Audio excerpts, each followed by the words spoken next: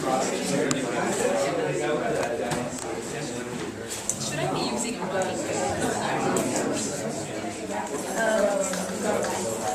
Okay. Hello, everyone.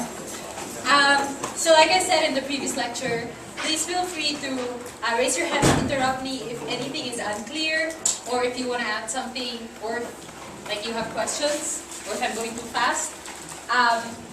So this is a guide to gender debates, but I just want to start with a few caveats. This is a really broad topic, and it is impossible to hit everything in one lecture. A lot of my examples and discussion will be more about feminism, because I feel that's what I'm more qualified to speak about. So there are fewer examples that are relevant to the LGBTQ movement, though I'll try to integrate them. And some of the debates are a bit similar in terms of the power relations in society, or what strategies should social movements employ. But there are obviously clear differences among these groups, and I'm trying really hard to not conflate them, which is why a lot of my examples are more for the women's movement. But in our workshop later on, then we can engage more examples.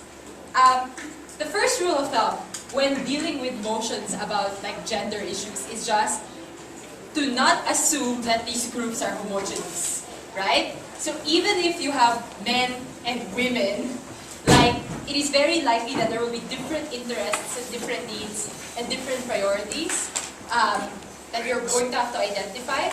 And you will have to identify why the specific right or the specific interest or priority that you are being asked to defend is the most important one that needs to be defended.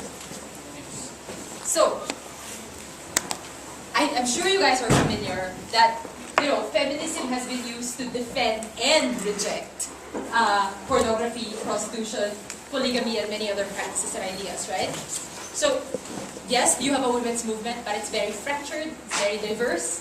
So if I just ask you guys now to give me a superficial understanding of, say, there were feminists who were defending prostitution and feminists who were against it, what do you reckon their reasons might be?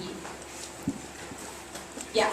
One of the defenses was property over your own body and the ability to do whatever you like. Bodily autonomy, it's my body, I get to do whatever I want with it, right? So what might be a feminist argument against it? Yeah? Yeah, go. Alright. Gentrification of women. Anything else? Yeah. It itemizes them. Sorry? Itemizes them. Itemizes, objectifies women. It creates unreliable expectations. For pornography, right? Yeah. So you create unreliable expectations of what sexual relationships are like, that women feel that they have to live up to, which worsens their insecurities. What might be a feminist argument for it, though? Yeah. One of the reasons that people turn to prostitution is because of the wage gap between the genders. So it's they'll get more money by working as a prostitute than they would in even a... Yeah, you just go look, guys. What are the realistic alternatives for some of these women?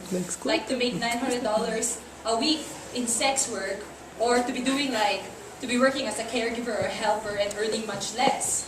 Isn't it a very a smart quote-unquote enlightened choice to just co-opt men's fantasy and make money from them? I don't know, but something like that. So you're gonna find valid and well-argued feminist positions on different sides of the spectrum. And that's where I guess you probably need to identify what kind of women are we talking about in the debate.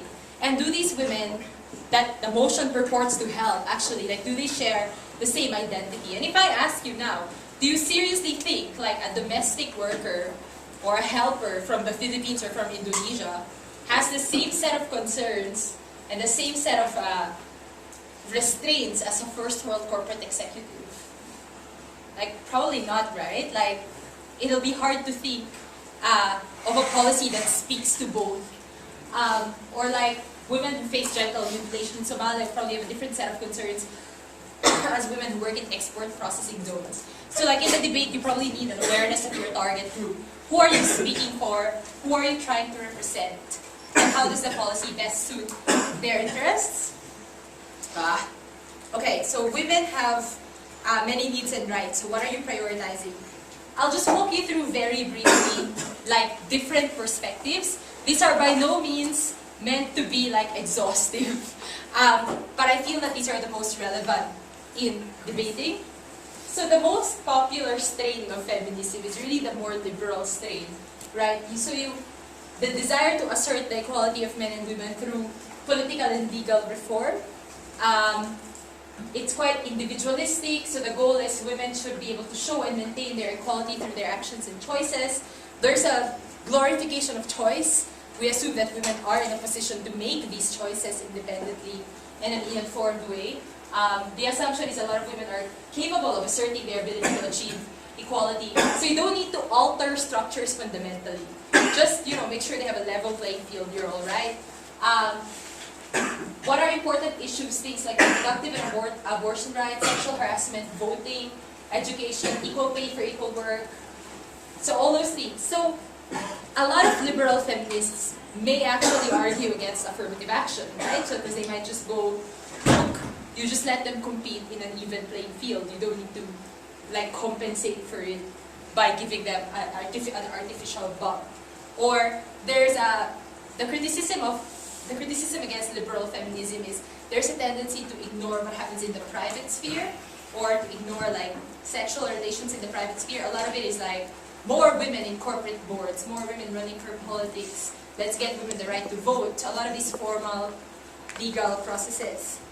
You have the more socialist ones, who would probably argue that there are broader connections and structural forces at play which make it hard for women to make independent and informed choices. So the problem is not just on an individual level, the problem is more structural.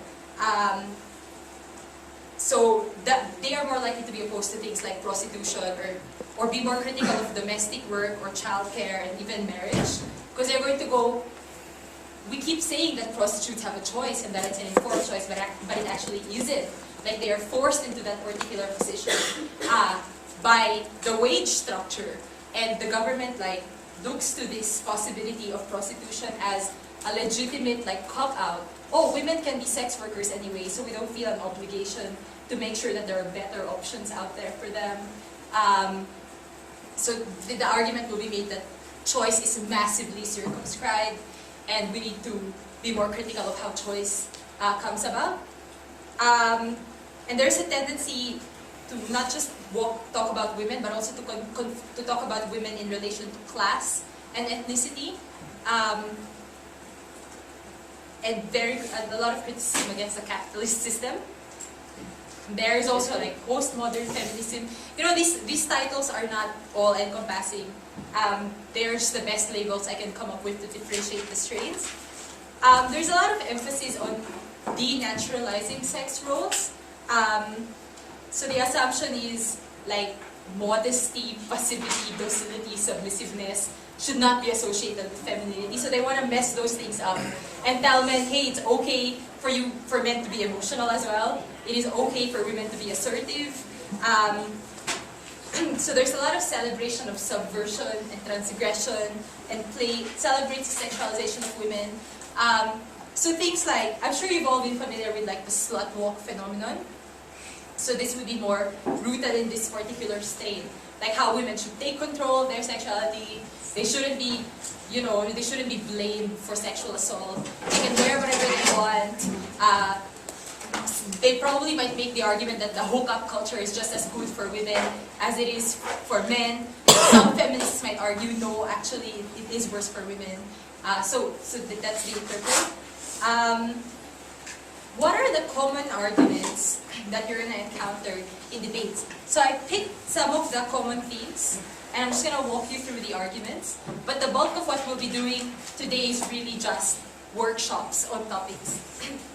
So for affirmative action, everyone is familiar with different affirmative action models, like affirmative action in universities, in parliament, in corporate boards. The usual arguments against it is that, you set back the gains of the women's rights movement because you make it look like they need help to succeed. You trivialize the achievements of women who have succeeded on their own. The cost of failure is so much higher if a woman is unsuccessful in a position of power and she was helped on her way there, then you further taint like all of the women there, right? Because it looks like they're helpless, it's very token, they need to be seen as having achieved those things on their own terms, so all of these things. Plus, you might want to ask the question also, if we have affirmative action in politics, which kind of women are really helped? So they had affirmative action in Egypt, but a lot of the women who ended up, I mean, during Mubarak's time, but a lot of the women who ended up in power were members of the political elite, and women who were very likely to toe the line in terms of what the powerful men in politics already wanted. So their wives and their daughters and their sisters. So maybe you're not actually helping the women you purporting to help, right? And depends on what the affirmative action is. Like maybe if you give land to women or whatever, there's actually a real threat of retaliatory violence against them. So they might end up in a worse position than when they started. Of course, the arguments for it are the structure is just inherently and systematically skewed against women. Political parties are less likely to bank on them. They're less likely to get funding to run in elections. You need to impose this like artificial quota so that they get a platform to display their talents and skills, and you don't foresee this happening for a long, long time. Because the moment they've been given that chance and they've been able to make a case for themselves, then it's just going to be naturally progressing. But you need that initial circuit breaker to allow for it to happen. You need to tell young girls that they should aspire for political dreams. Now they don't bother because there's just a ceiling. Or like there are qualified women there. There are so many women in junior level posts. Why is it that they never bother to run for office? Or they're never given a chance? Is it because they're naturally less competent? You don't think so. You just think that it's structured against them. Or voters are less likely to think of women as leaders or as capable of making difficult decisions or being objective. So you need to correct this structural, cultural bias with affirmative action. So that's probably the case for it. Case against it were the things I said. So in a lot of debates about giving women more sexual rights, or like celebrating displays of female sexuality, so things like slut walk, debates about like pop culture icons who are hypersexualized, the usual themes you see are, oh, it actually just empowers conservatives to say that that's not how. It gives the idea of feminism a bad name in general, because they're going to go, see, that is what an empowered woman looks like. That's dangerous, we don't want that. So you just lead to a backlash. Or it sets back more urgent rights. That's not really our priority. Our priority is like healthcare. Our priority is sending women to school, not lobbying for like slut walk just paints all liberal women with a bad name. Versus the other side, which goes, look, you're never going to have full female liberation unless you also get rid of the double standard of sexual morality. Like, that is probably the last bastion that we need to conquer. Like, we are slowly recognizing women's roles in politics and in economics, but when it comes to sexual roles, we still have a lot of like persistent backward double standards. We need to correct those. And that accepted, backlash is going to happen the way it has for any important revolutionary movement. We are willing to absorb that, but we want to change cultural disposition. So it really depends on how you weight these things in the debate. There is no right or wrong answer. It's going to depend on how it's analyzed and weighed in the actual debate. So, are there any questions theoretically at this point? Because if there aren't, let's just move on to actual topics and workshop them. Any questions at this point? What's a good rebuttal for celebrating hypersexualized females? Like in a context where, aside from like the conservatives and the perception, meaning the slut shaming and all that. I suspect I'm just gonna go, this isn't the kind of female icon we want to uphold just yet. It is untrue that we've already won the other battles. Like, the kind of female icons we want to uphold are probably those who succeed in politics, succeed in their jobs, and are more palatable to all sectors of society, including potentially conservative men or people who sit on the fence.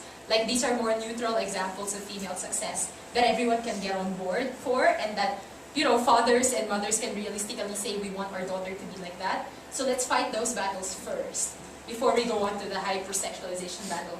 Because that is just likely to attract more opposition and like weaken the position of the feminist movement already right now.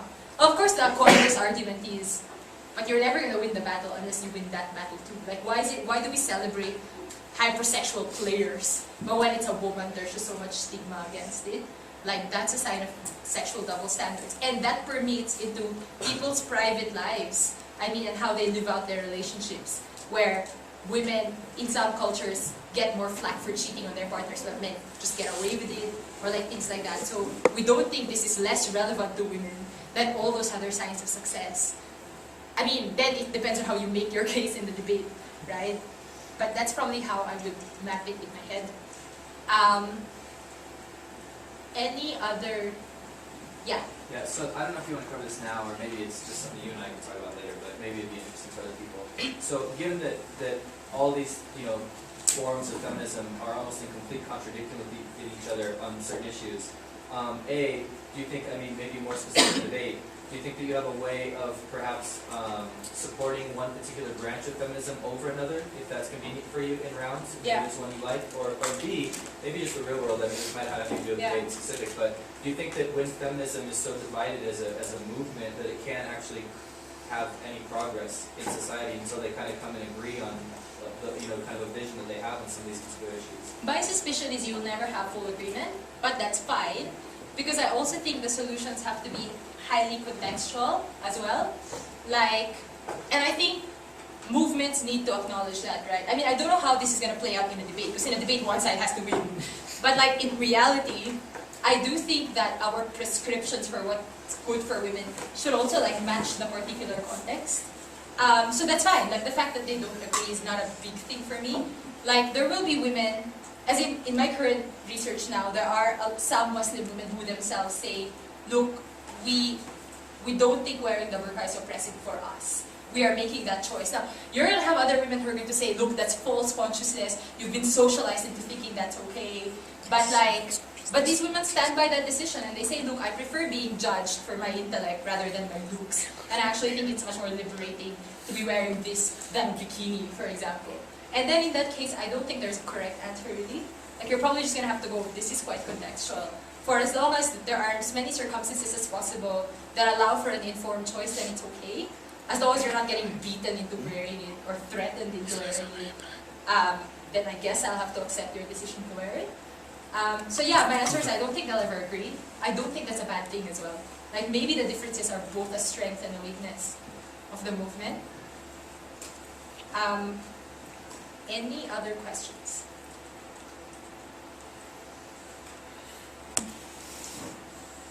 I mean, one interesting debate in the homosexual movement is, to what extent do they want to be like heterosexuals?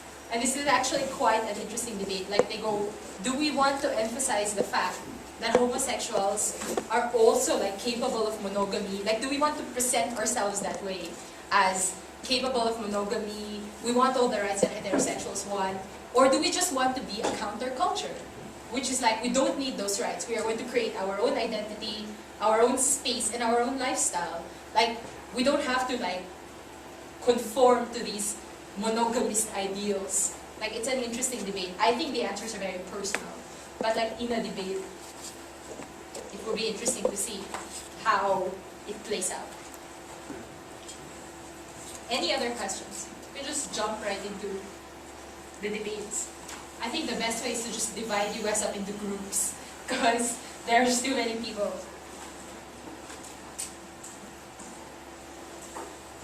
Okay, so I have 3 topics here.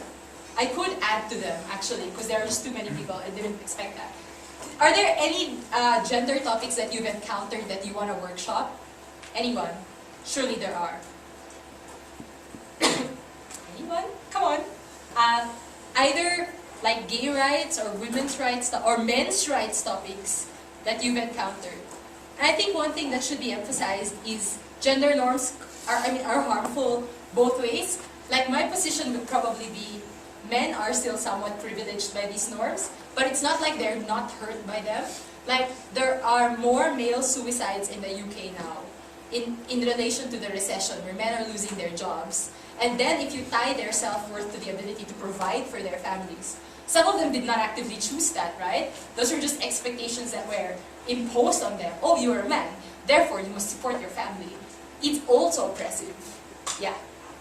I've heard something recently about like the glass cellar, how women can't get into like also very low collar jobs as well as very high collar jobs. And like men have a higher chance of being hurt or dying on the job and because it's seen as, you know, being manly and like, it's an expectation. So No, I think we need to pay more attention to that. Like, it's not like men are in risky occupations. Like most miners are men, coal miners are men. They do engage in like hard labor, and which is why sometimes I keep saying it's less always about women versus men, because it always interacts with class and ethnicity as well. Like I think maybe poor women might have more in common with poor men than like a rich first world female, for example. So I think in a debate you might want to be sensitive to those nuances as well. Yeah. A debate about feminists being the best parents. Right. Feminists are the best parents.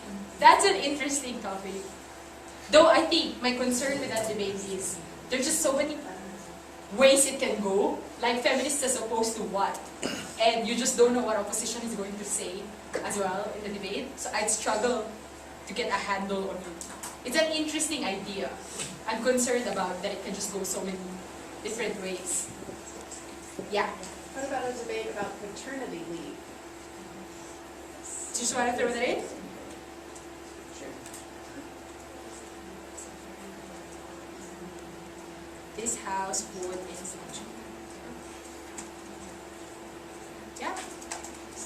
Okay. Yeah. I've seen a really fun topic that was about women instituting their own version of the boys' club, like women having a moral imperative to hire other women if they're in high-level positions, even if they're not as qualified as other people who are men for the job, just so that we increase the numbers. I mean, you get the point. It is roughly worded, but that's kind of it. Okay, maybe one more emotion. Yeah. I don't know if people want to talk about this, but I have a friend that's doing research on like a man's right to the decision about an abortion. Yeah, that's really interesting. So basically, the couple has to agree. So yeah, I'm not sure like what it would look like in a law, but that's the basic idea. That a man should have some right to decide. yeah. Yeah. Okay. Or there's a more recent one, like male rapists should have Yeah. paternity rights to their kids. So male rapists should. That might be hard to defend. What? To defend. It wasn't that way, just Yeah, it was. Okay, I mean there are bajillion gender topics out there. Like one other controversial one is, should you allow a discussion of a woman's sexual history in rape trials, right? So one side is going to go, it's entirely irrelevant. How she lives her life prior to the time the assault happens, entirely irrelevant to her having said no in that specific instance. Like, you can't cut down on her character. The other side is going to go, look, rape isn't always clear-cut. Like sometimes, like how you behave in relation to these things, because consent is very hard to determine, might be a factor in, like especially if you have no other evidence and it's he said, she said, you have to presume that the accused is innocent. Maybe sexual history should be admissible as evidence. The other side is going to go, it's hard enough putting forward rape charges. There's so many things that work against you, plus the social stigma. The knowledge that your sexual history will get like publicly brandished is just going to be enough to stop some women from reporting, this is unfair, this is anti-women. The other side is going to go, look, that like we just need to pay attention to what are pertinent forms of evidence. We think this is pertinent. It's unfortunate, but that is the case. I don't know, like the debate can play out in many ways, but that's one like common debate. What other like common, without giving away our emotions, what other common gender debates are there? Okay. Plastic surgery. Cosmetic surgery. I don't think you can debate banning it. I mean, maybe you can, but like, has it been good for the women's movement? Actually, we should throw that in. Okay. Modeling. Let's kill this. Cosmetic surgery. I think we're okay. We have a good set. Okay, so how do you guys want to do this? Should we just divide ourselves up into groups? Or just have a free-flowing discussion for each topic? Free-flowing. Alright, okay? Yeah. I just have like a side question. Okay. So I know you said like homosexual rights fit in with this, but where do transgenders rights fit in? Yeah, I'm struggling with that as well, because I don't want to homogenize. But I think, to my mind, a lot of the common debates about transgender rights involve like, at what age do you give them the right to have sex change? Because there's a lot of work being done also about minors who already know that they really would prefer like a different anatomy. So should you just allow them to do it, or should you force them to wait? So that's one common issue. Another common issue would be like, should the law reflect the changes that you want made? Like, should the law officially say, oh, you are now female? I mean, to me, that debate is kind of one-sided, obviously. But, yeah. Yeah, another one, I mean, not necessarily transgender, but is like gender neutrality in raising children, like in schools, like should schools operate on a gender neutral basis, or, you know, you can place it anywhere, but just that idea, like how do we raise our children? Yeah. So those two motions, one that parents should not be allowed to prescribe a religion to their kids, and the next is raise them in a gender neutral way. Yeah, transgender rights is comes up once in a while in tournaments as well. Or like allowing intersex kids to choose which sex they want to belong to, or like basically leaving the choice up to them, not to their parents or their doctors. Other questions? Alright, then let's work on these topics. So let's say the motion was, this house would financially incentivize the purchase of land or transfer of land to women. Let's say we are the government team first. How are we going to frame this? How are we going to approach this debate?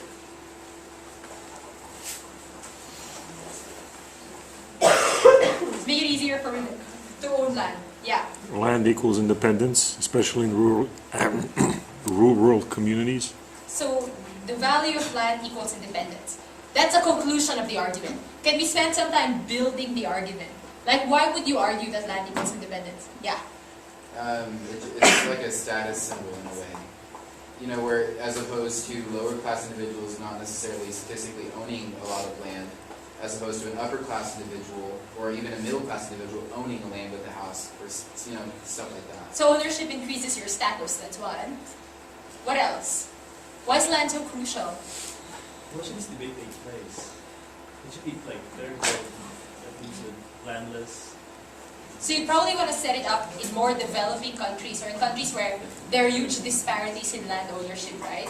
Though the disparity carries over practically everywhere, but so you might want to say in countries with disparities, with huge disparities in land ownership. I mean, the figures vary worldwide, but some figures would say women perform at least 40%, at most 60% of agricultural labor, but they own definitely less than 30% of the lands. So that for sure, I mean, they'll change, but that seems to be a point of consensus. Yeah. In developing countries, Okay. land is subsistence for families. Alright, so your livelihood is tied to land, your productivity is tied to land, your food and your income is tied to land, and land is a resource that you can hold on to for a long, long time. So unless you decide to sell it, but so unlike things that can get endangered, land is pretty secure. So we've established that land is a valuable resource. Now, why will it help women? I mean, why should we financially incentivize? Yeah. It can help women not have to rely on the men of the society. Okay. Some women say in abusive relationships. Just Alright. Okay, so land equals power in a relationship. Yeah. Well, yeah, I was just going to say you could extend that by saying that all power relationships start in a home. So as soon as a woman has ownership of something, then that goes to other places. So the structure is such that if men own the productive resources and bring in the money, and they have more leverage in emotional relationships, right? So this gives women leverage. Maybe it improves their fallback position. Maybe they can leave abusive relationships if they're able to financially provide for themselves and their children, which is usually a consideration of a lot of these women. So okay, why do we need to financially incentivize though? I mean, can't they just like own land on their own? They're free to buy land. They're free to buy land. Why are we, yeah. Well, usually there isn't any land left to go around. It's Okay, so in that's most cases owned already by men, and it's been passed down through generations from father to eldest son. Okay, there are many things you are saying there. Those are different points actually. So one might be, we have very little free land, so we need to incentivize the sale of the land that is already titled. Okay, or the transfer. Yeah? It's kind of linked to the job market, so like, the only way you get money is through being employed. So since there's kind of like a lack there, they have to make it up somehow to let them purchase land. Okay, so they're not competing on an even field, right? Because they don't have access to regular income, or their income is significantly lower. They can't afford the land. Yeah? Are there any places where it's culturally unacceptable for women to own land? Yeah. There are a lot of places with really bad inheritance laws that say only men can inherit land. So I guess you go there also struggling against that. And even if you're somehow able to change the laws, like it takes a while before the cultural practices catch up with that. Yeah. Something on your point, sir, on how you talk about like there not being enough land. I don't know your name, I apologize. The metaphor that I've heard is like the difference between opening a door and clearing a space in a room. So like you're opening the door to women by like telling them that they can own land, but unless there's any room, any land for them to own, or any easier way to acquire land, it's not possible for them to break it. What else is the value of financial incentive there? Yeah. It gives men the reason for them to want women to buy land.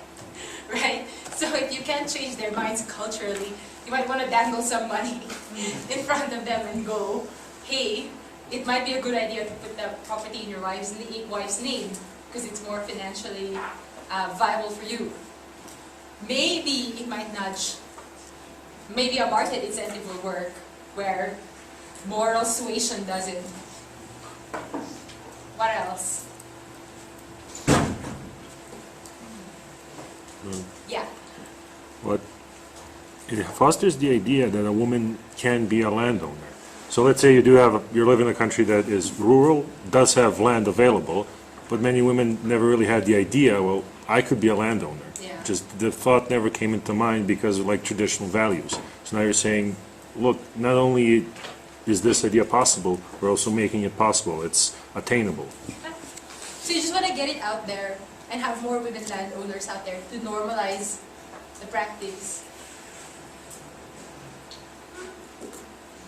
Yeah. In cases of violence against women, one of the biggest problems for women why they usually stay with abusers is because they're not financially independent. They can't. Yeah. Financial leverage equals more bargaining power equals more ability to leave or walk out of abusive relationships. Or we can be comparative with existing government programs towards women. Like maybe USAID gives condoms, but this one is actually a better program. Yeah. Okay. So you can go look, let's look at our list of interventions for women. So some will give them food directly, but then that's not sustainable because then they'll be perpetually dependent. That's such a welfare-y model, right? Like, what happens if there's no more political will to do that? Or when will they ever be able to like sustain themselves on their own? And that's a lot easier to do if they own land that they can rent out or work on or sell or whatever, as long as they have that in their name. Yeah, I guess you can go look. This is a better, a more targeted approach compared to like the regular cycle of dole-outs.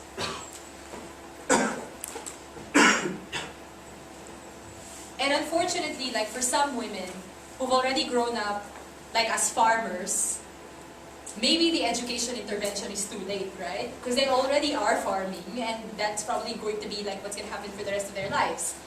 So you would just much rather like empower that set of women with, like they probably don't want scholarships. They probably want to own their land. So in that case, this is a better intervention. Yeah. I have a problem with this argument that I'm about to give, but it's actually used quite often, which is that women are more responsible with money than just managing it. And the two examples I can give is microcredit initiatives, which have proven that women return the credits much more responsibly. And the second is that research has been done on CEOs of major companies, which companies had less issues with the current economic crisis, companies which had women on the boards, because women are apparently less risk averse. This is, that was my master's thesis actually, microcredit and women. This is where I struggle with the most personally. There is a strong business case for empowering women. And this business case is the most common argument that's made by donor agencies and by countries. They always go, you want to invest in women because women have proven to be more financially responsible. Statistically, women who own land have better fed families. Their kids go to school because they spend the money on school fees, on better nutrition. You would rather have female microcredit clients because their repayment rates are much higher than male clients. They don't run away, they don't default on debt, they're more likely to spend it on families instead of alcoholism and gambling. Like, this is like statistically true. Like, most studies validate that women are just more reliable with money. So basically aid agencies are going to go, hey, women are a better conduit of aid. It's more efficient. We hit our results.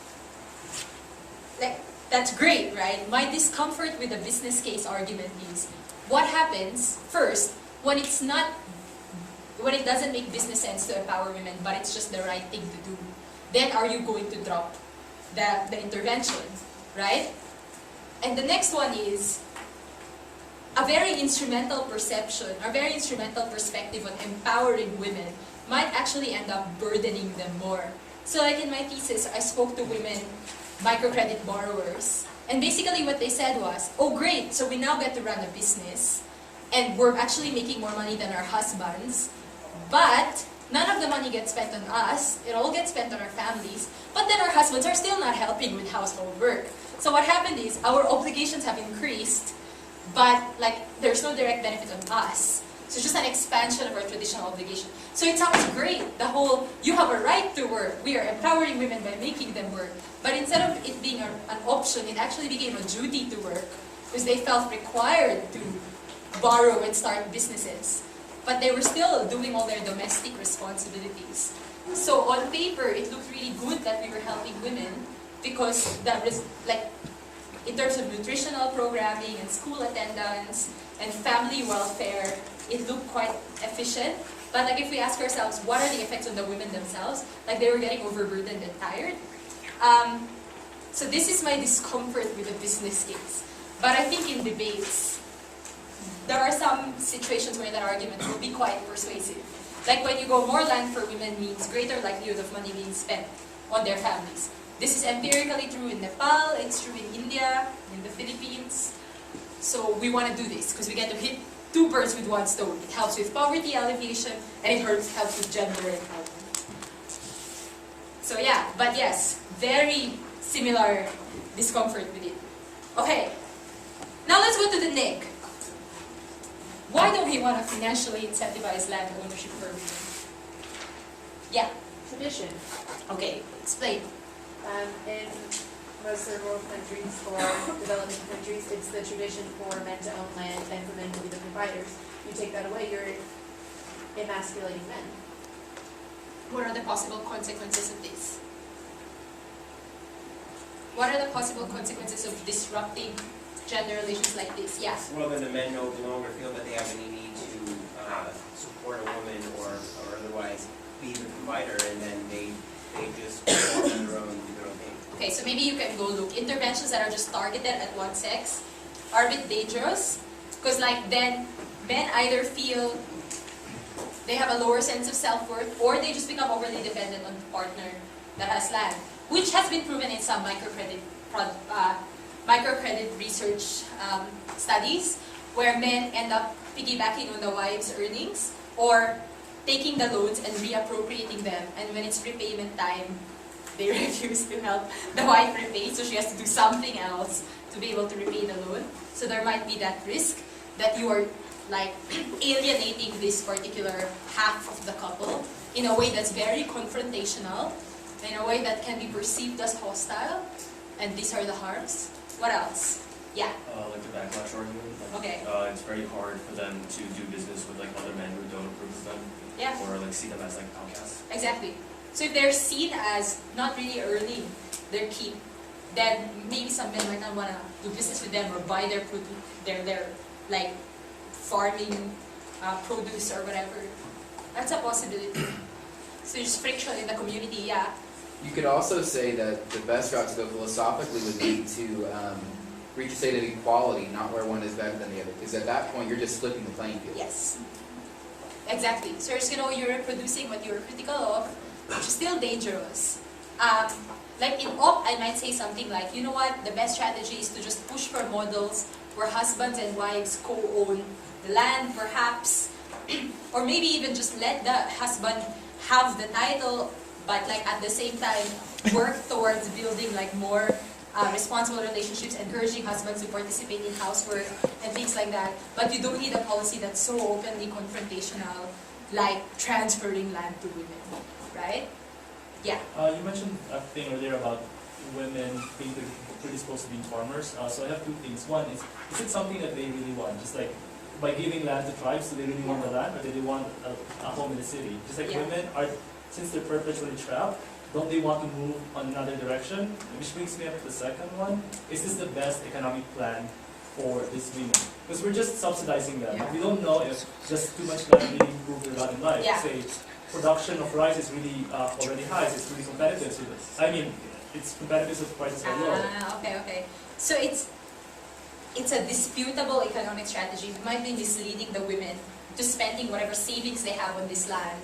It might not actually be the best like solution for them. Like, I don't know, maybe it's, like they're so vulnerable to drought or drop in land prices, or like you might just entrench their role as farmers even more.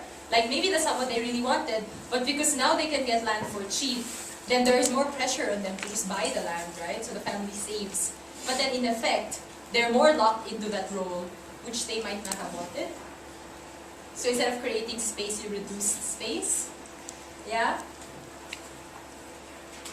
Yeah. I actually have two things. First, on the it kind of seems like you're tying women's rights to land ownership, and then that can actually be really harmful because then women don't move to urban areas where they're more valued in terms of economic opportunity.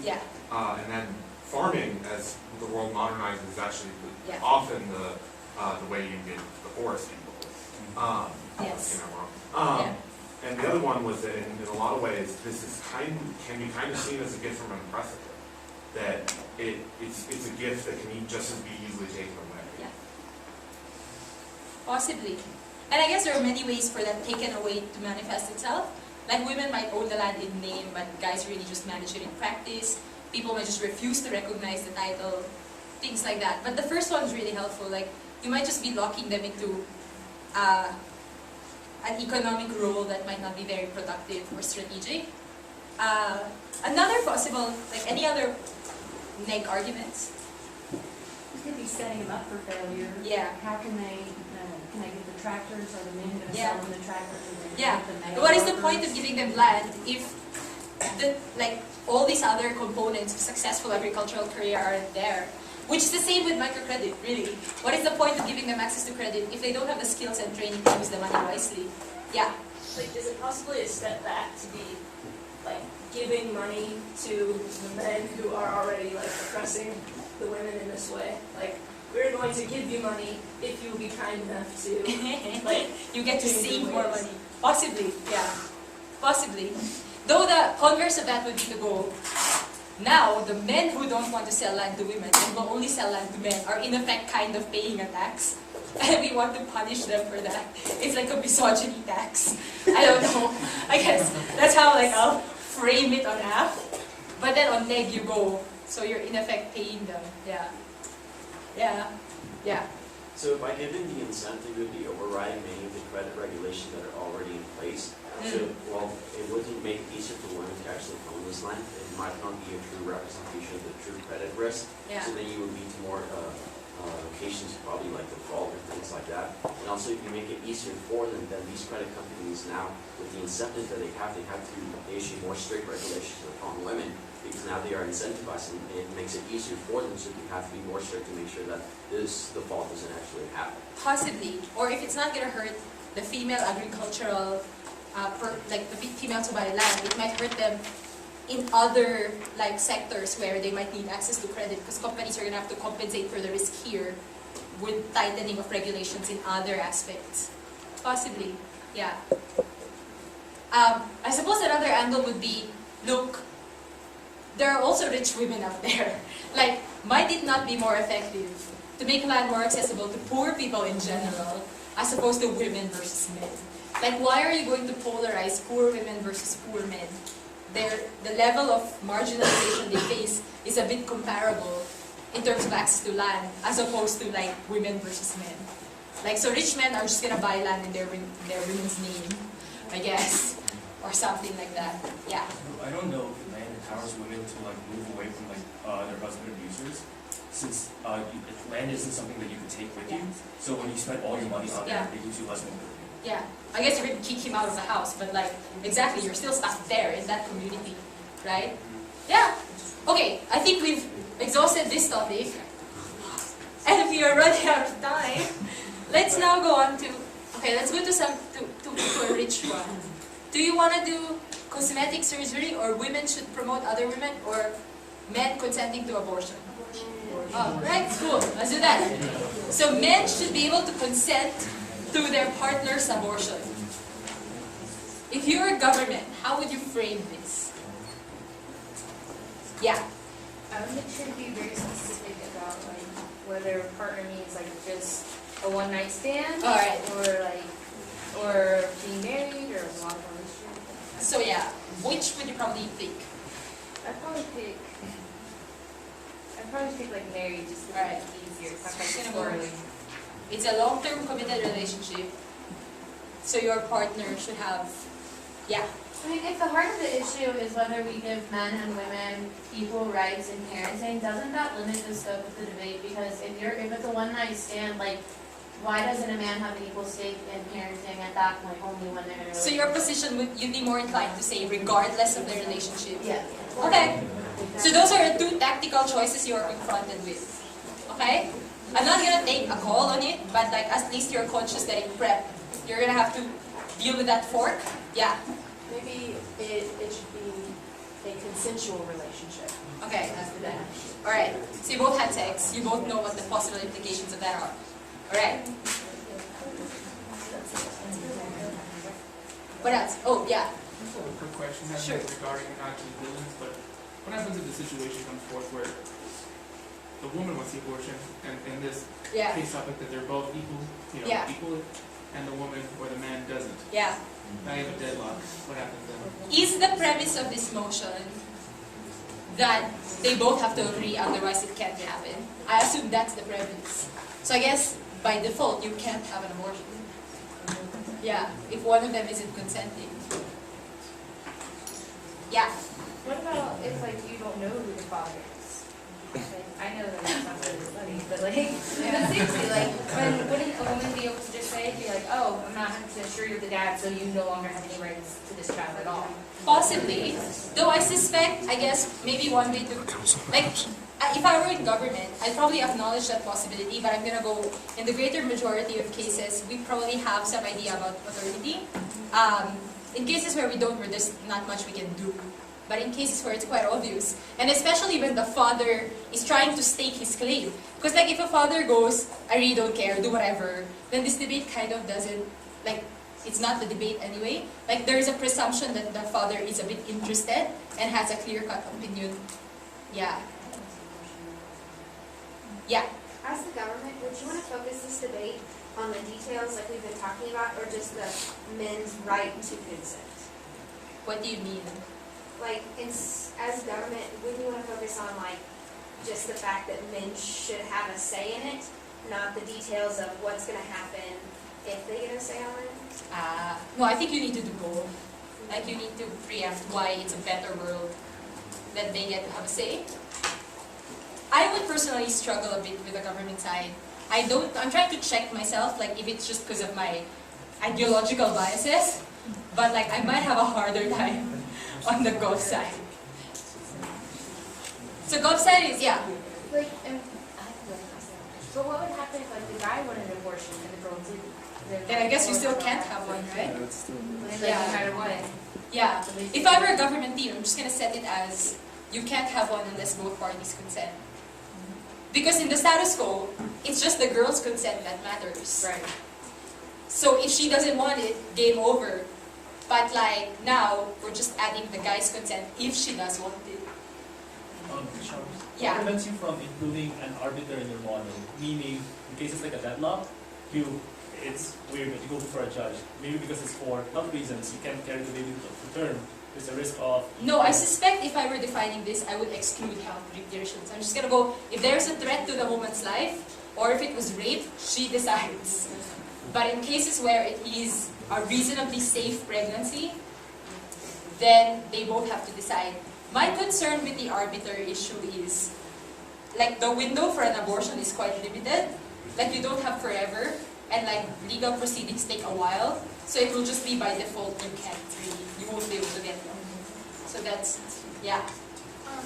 In cases like that, where one wants the abortion and the other doesn't, then that's where we would set up like a policy where at that time, then if you are wanting the abortion and they want to keep it, then you, like some type of system where you give up parental rights at that point then, since you want, so that way you don't, they can't come back at you with like child support or whatever. It's like they wanted it, you didn't, so there it is.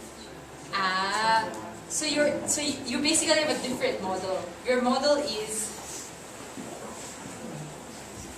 So the father usually gives up parental rights. Yeah.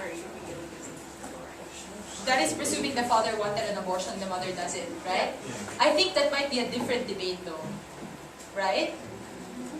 Or it could be part of this debate, but to my mind that's a bit of a different debate. It's more of the person who wanted an abortion shouldn't be responsible for raising the child, whereas in this debate it is that abortion cannot happen unless both parties could consent to it.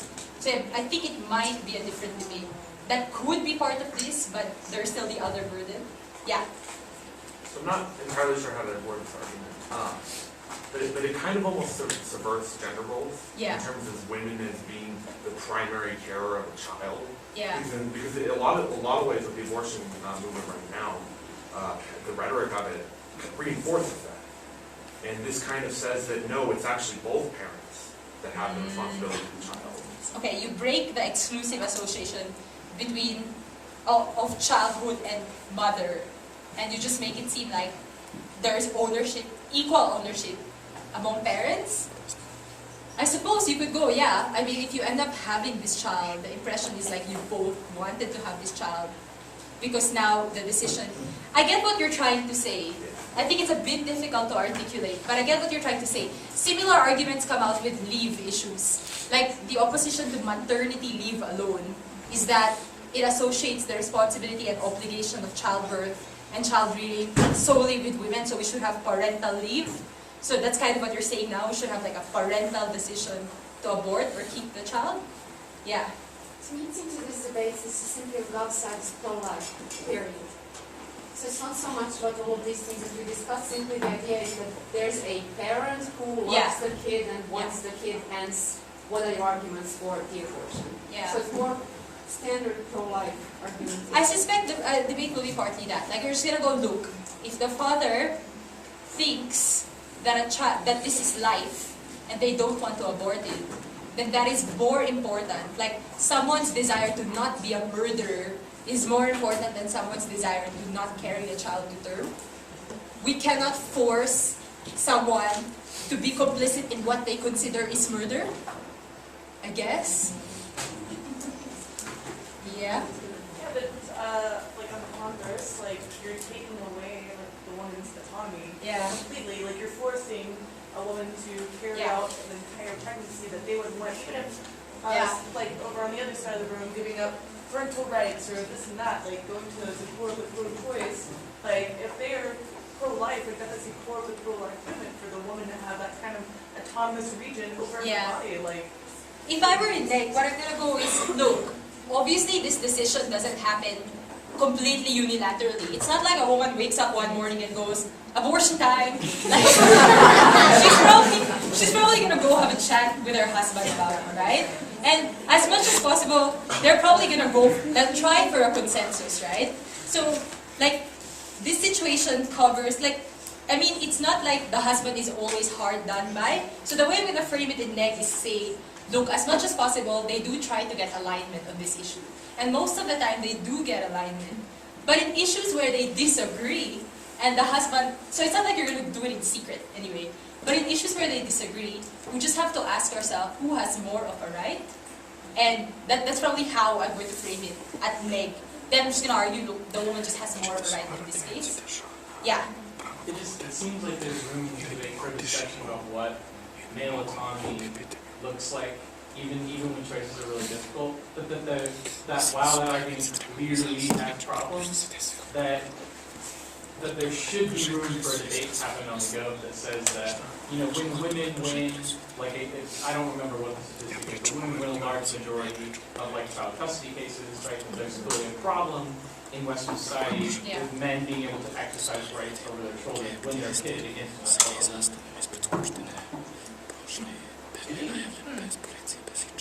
them.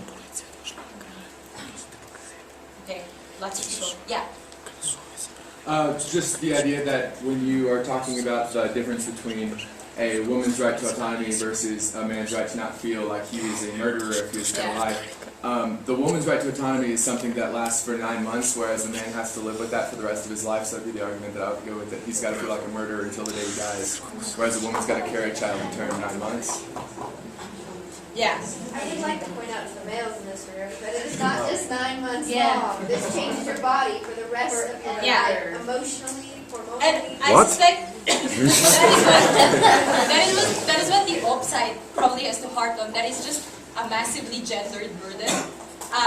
So the 9 months that you carry a child, like, have long-term implications on your health. Later on, have long-term implications on the fact that you were out of the job market for those 9 months, possibly longer. And these are exclusive burdens borne by the women, so I think that's probably the space for op to argue.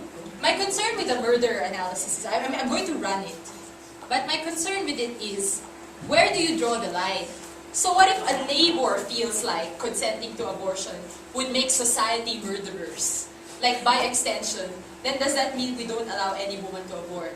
If someone in society feels that legalizing abortion means as a society we become murderers, then if we uphold that the right of people to not feel like they're murderers as a result of someone else performing an abortion, not them, then does that mean by default we don't ever allow abortions? Like, or do fathers get more of a stake because it is their child somehow?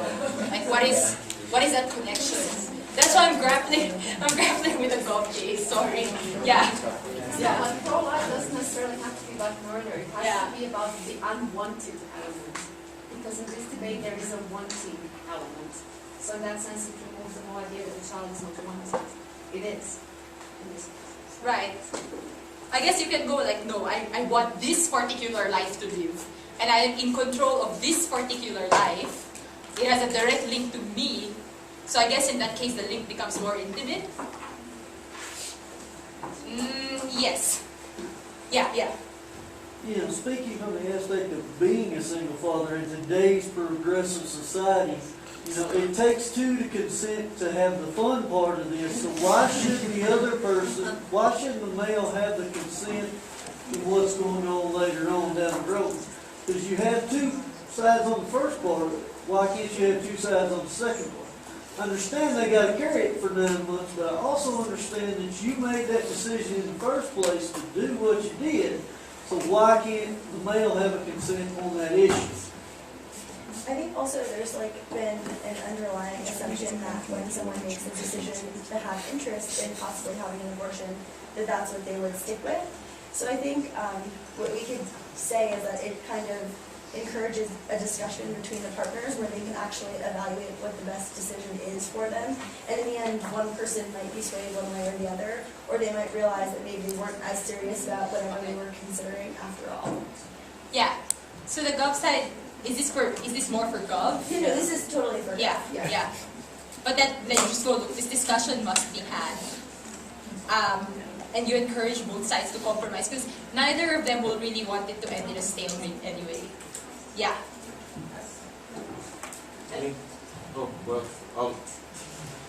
Just hang on there first. Yeah. I don't know how ridiculous this is, but something to the effect that like men don't have the ability at all to choose whether or not they can carry a child. Like, so they have zero, like, they have no ability outside of their partner to bring this child to term. Like, so how would that fall in? Like, the realm that this is half their, DNA, but they have literally no option to do it besides. That is probably something that Op would just harp on and go, there are burdens to pregnancy that are exclusive to women, which means it's not like on equal terms. Yeah. I feel like our government, there's probably room to put into the model something about men having an consent. Yeah. For this, because it does seem like it would open up the debate to an actual conversation about what parental rights look like outside of just women have rights over their bodies.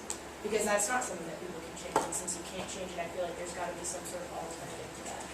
Right. So you might, basically what she was saying earlier, so you might say things like, fine, we're not going to give men the final say, but if they wanted an abortion and their partner didn't, in the event of a separation, they shouldn't be responsible for child support? Is that something like that? Or if... No, I mean like, if say a woman wants to have an abortion, but the man does not want to, he wants the child, then maybe there should be some sort of forced compensation to compensate the fact that the woman, because she is the only partner capable of having that, and it was, as he said, consensual in that engagement. But I think it also probably deserves some sort of conversation about what it means for men to claim these rights and what is required of them. So like, should men have to consult every woman that they've ever slept with, regardless of one night stand or anything, to find out? Because, I mean, without that, I mean, I don't know if it should be the woman's responsibility to consult men, or rather theirs to Right. Yeah, I think you're right about, especially the first part where you said, we need to operationalize what the obligations of a partner who insists to keep the child are. So I was just thinking a bit more about what she said. I think that's actually quite good as well. As in, this means that even before you have sex that is open to procreation, you might start having this conversation already. Like, if you know that this policy is in place, then you probably are more likely to talk about where you guys would stand on this and get more alignment before you have to face the problem in the first place. Yeah. Second row and then last row. Sorry. What I was going to say was that the model specifically says should be able to, not required to. And in the case of where one partner would disagree and one partner would agree on such like heavily morally intimate issues, my thought is that at least a majority of the time, they probably wouldn't have the value systems to have a successful relationship anyway. Right. Well, I guess the presumption of the debate is somehow they've managed to make a baby together. What do you do after? I guess. But yeah, I guess you could go, look, if they had this conversation before and then they realized they're so different, maybe it would have deterred them from pursuing the relationship. Yeah. I think one like extraneous effect that would come out for like side gov would also be though that with men now having more of a say inside that situation, that it could also lead to effects to where men start having more of a parental status. Yeah. And like especially like when you look at like divorces and like parental rights over who is taking custody, that may change the scope of men. Yeah. So there's more ownership over parents. Equality. And like, it's just so much easier to tell men now, you have to be more actively engaged as parents, because you wanted to keep this child, right? Yeah. Well, I was thinking sort of on the opposition side, I would argue that the men's autonomy is sufficiently satisfied through their choice of partners that they shouldn't even need this additional choice. And if they find a woman who wants an abortion, then they should find another woman who wants to have a kid, and then they can go that way. I suppose that goes, that is the argument, which is, look, they're not super hard done by. I mean, you could have, the same conversation argument can apply in all too. You could have had a conversation with your partner. You already knew she didn't want to have kids. So you could have just walked away from there, but you chose to get her pregnant. You should be able to respect and honor like that expectation that she's already been clear that she doesn't want kids. Yeah, that's possible. I guess the conversation, the pre-pregnancy conversation cuts both ways for both teams. Yeah. I was just gonna comment that by he chose to get her pregnant, she chose to acknowledge the fact that she's not on birth control, she's not gonna take Levy, and they're not using a condom. So it is mutual in making that child, and like everything that's been discussed is that it's been mutual. She's not going out and finding like the 500th guy that she slept with, like maybe you're the father, or like, they know each other, and the man showed interest in being a part of his child's life, whether it is with the mother after post-birth, or his own. Yeah, I think that argument has a place in the debate, though I don't know that it will speak to each and every instance, because like contraception also isn't foolproof, so there's that additional layer of complication. Yeah. Another thing that the website could use is religion. A lot of religions are against abortion and contraception, so the website can use that to take the advantage of the men. Yeah, I guess. Possibly. Though I guess if also says, but a woman's belief, which is just as important, is that it's okay to abort, then why is the guy's religious belief more valid? If it's legal in the laws of the land anyway. So I can see that being taken down by that as well. Anyway, I think we're out of time. Are we out of time? Yeah. Do we have to like adjourn? I guess we do. Alright, thanks so much guys.